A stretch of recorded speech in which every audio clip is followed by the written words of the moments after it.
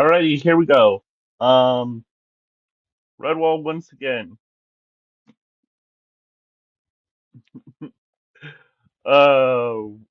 See, I can't do it. Whatever. There we are. Anyway, Redwall. So, 13 through 17 this time. Um, let's see. We're still building in escalation to the next major thing in the series, which will be the first kind of major battle. Um, as you can see from kind of the end, Clooney goes off to take down Redwall because he has the picture of Martin the Warrior. Matthias goes to retrieve it, runs into Basil Stag Hare, and that's pretty much what happens in this series of chapters. So we're not doing too much again yet, but some important things do come up. Number one, of course, is that Shadow gets the tapestry, falls off the wall to his death with a crunch, like Redwall characters who are villains often do, as you will see in the future. Um, um, Clooney just throws his body away, doesn't even try to help him in any shape or form. Again, Clooney is not a very um, kind leader, unlike somewhat nicer leaders we'll see later, where they're a bit more caring. But we're still in this phase of Clooney doesn't really care who gets in his way. Uh, I kind of do wish, considering the description of Shadow in the books, that we did get more of him. It's kind of disappointing that he kind of lasts only about one, two chapters in this entire book. So yeah, it's kind of unfortunate. But I kind of see the need. He doesn't really. I don't think there'd be a place for him really in the rest of the book. So I kind of see why Brian Jakes did that, but at the same time he's kind of a little fascinating because he's just mysterious, and then we don't really do anything with him.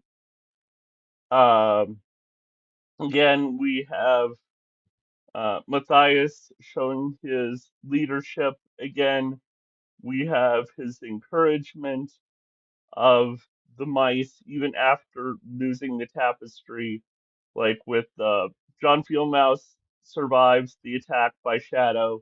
And I like, again, John Fieldmouse coming to the aid and just him being regular mouse and just doing this great thing. And he's not going to be really pivotal to the rest of the um, book or the series in any strong way.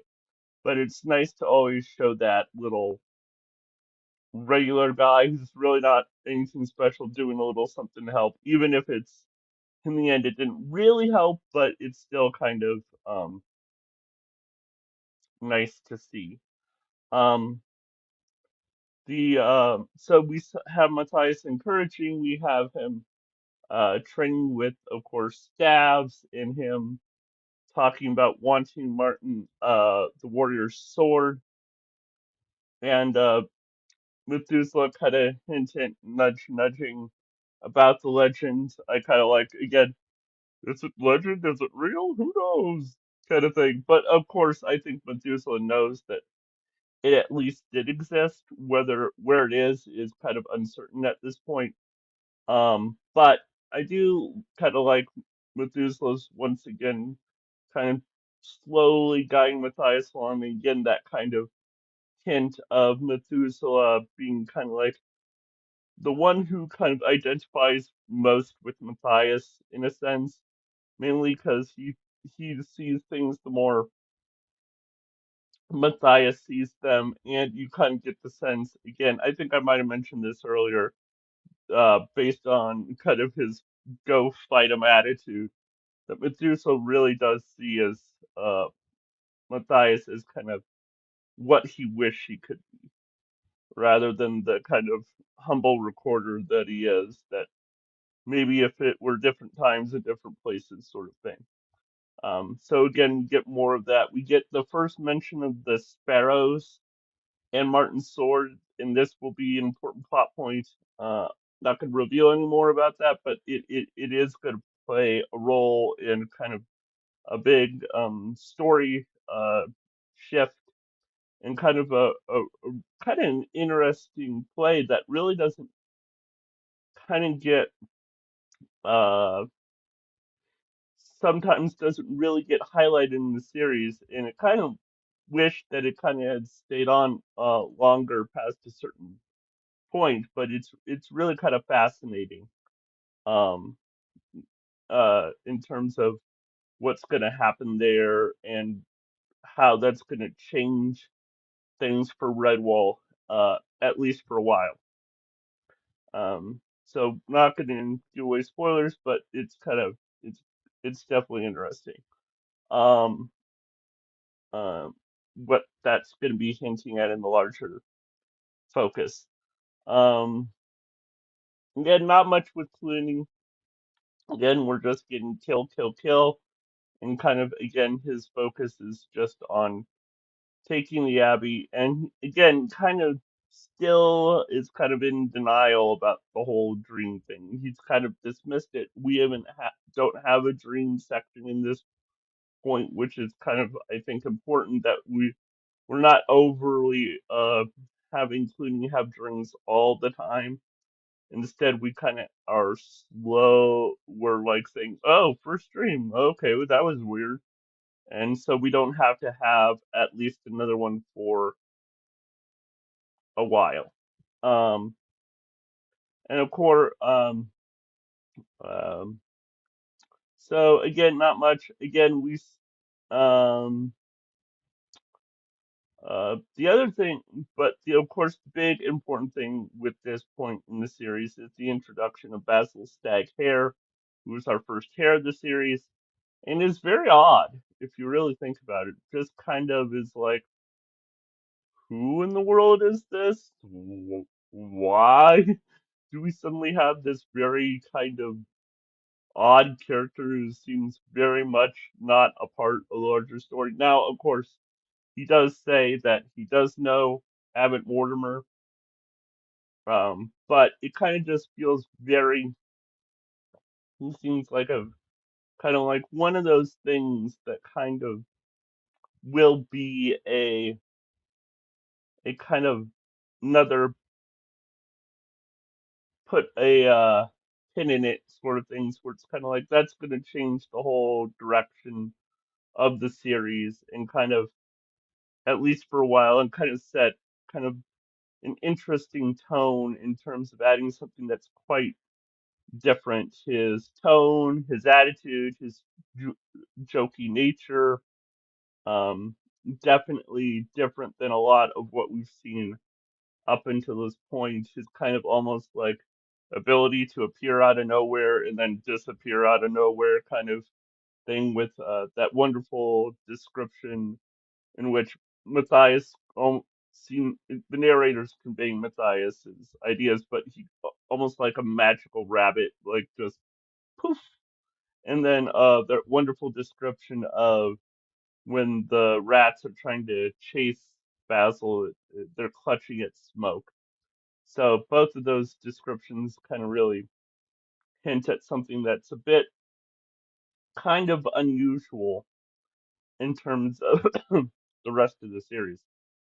Um, and it's this kind of odd nature I want to touch on for a little bit, and probably the main thing I want to highlight here is kind of the oddness of hairs, at least initially.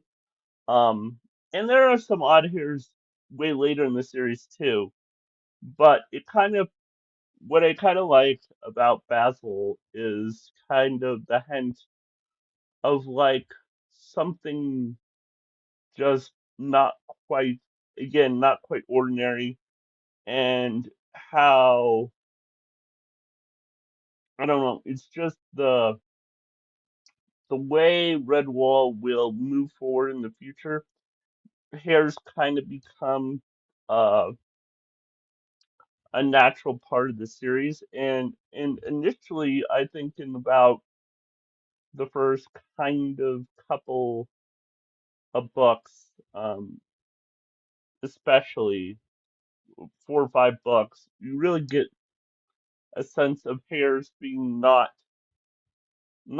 quite the same as the rest of the creatures. And we're going to get that also with badgers, that hares and badgers kind of feel separated from this world, that they don't quite belong in this world, especially in a world hung by creatures that are often much smaller. Now, badgers, of course, we've already had one, but even that is going to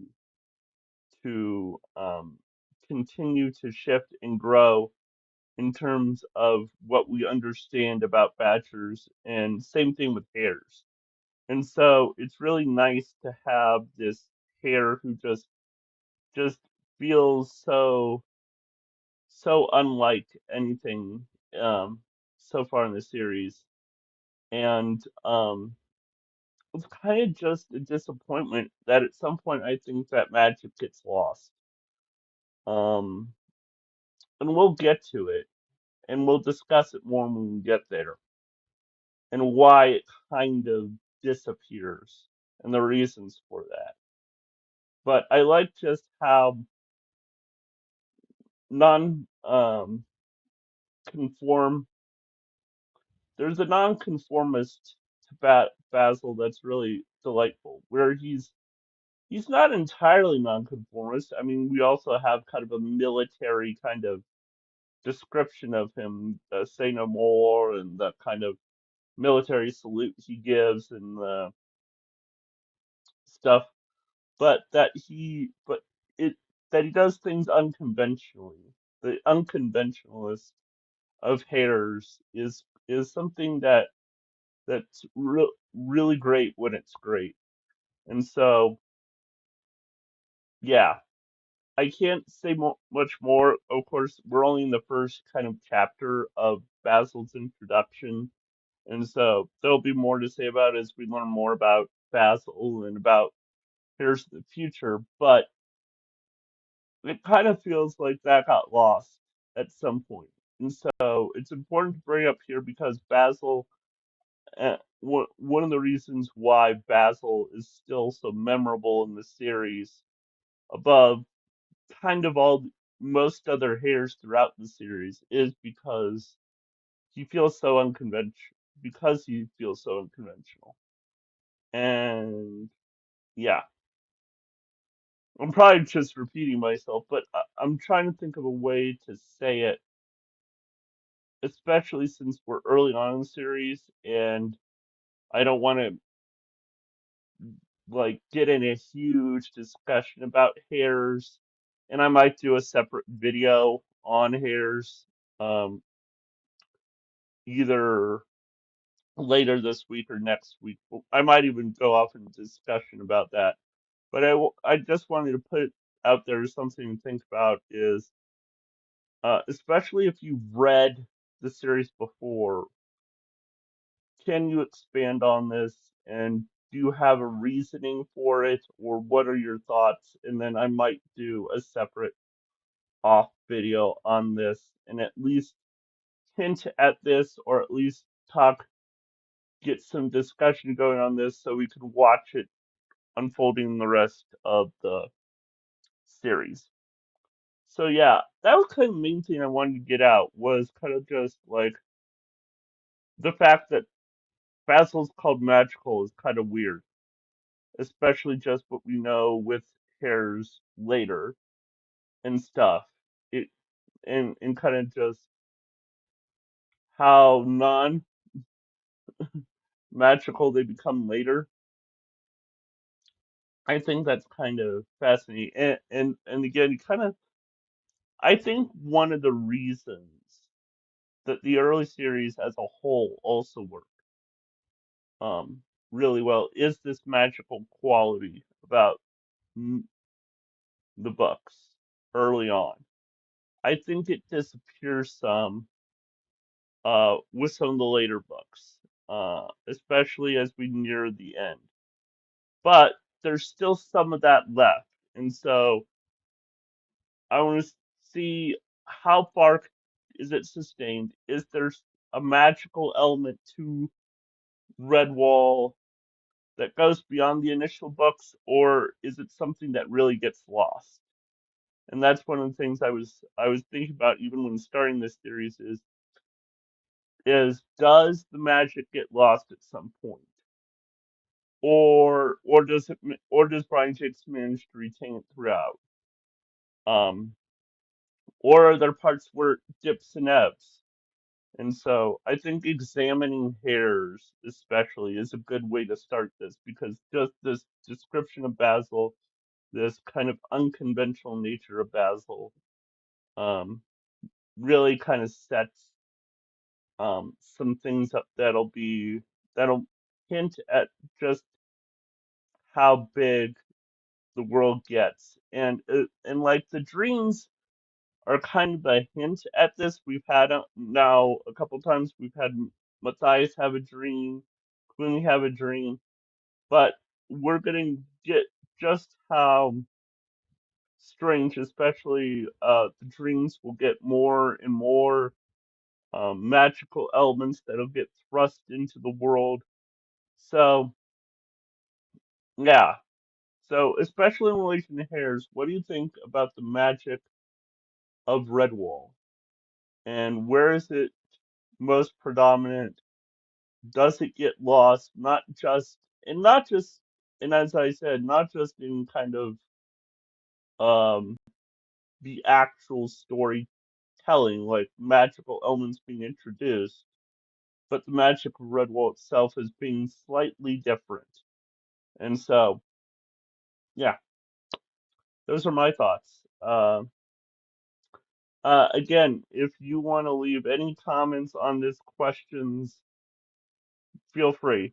And I probably went on too long about this, but again, just feel free to add something because my brain is currently not thinking of anything specific without wanting to ruin it for people who haven't read this series. But especially if you've already read this series, maybe you can get some thoughts out there and try to be as, of course, spoiler free as possible. So there you go. The next 5 chapters or so. Um, hope you enjoyed this brief one, but hopefully we'll have more to talk about. And we talked about Basil Stag here. Um, is there anything else though I want to talk about regarding Basil? Um, uh, yeah, just his unconventional nature is really fascinating. The way he talks, the way he acts, even his very jokey, weird attitude. It's like about things and like again the manner of speaking, which Hares will become known for. So there you are. There's a little bit of Basil, and we're going to see that kind of nature develop further, but we're also going to see it kind of solidify into a very, very clear hero, one of the best heroes in the book. So there you are. There's Basil Stag Hare and the rest of the chapters, which we briefly touched on. So next time, chapters probably like 18 through 22 or 23. So hope you enjoyed. Just throwing some thoughts out there so discussion can start, and maybe I'll do a separate video on at least hares and kind of their place in the series. Maybe not, maybe since we're all in early, maybe not at this point, but hopefully sometime soon in the future. All right, have a wonderful day. Thanks for watching from Badgers and Bells. Bye.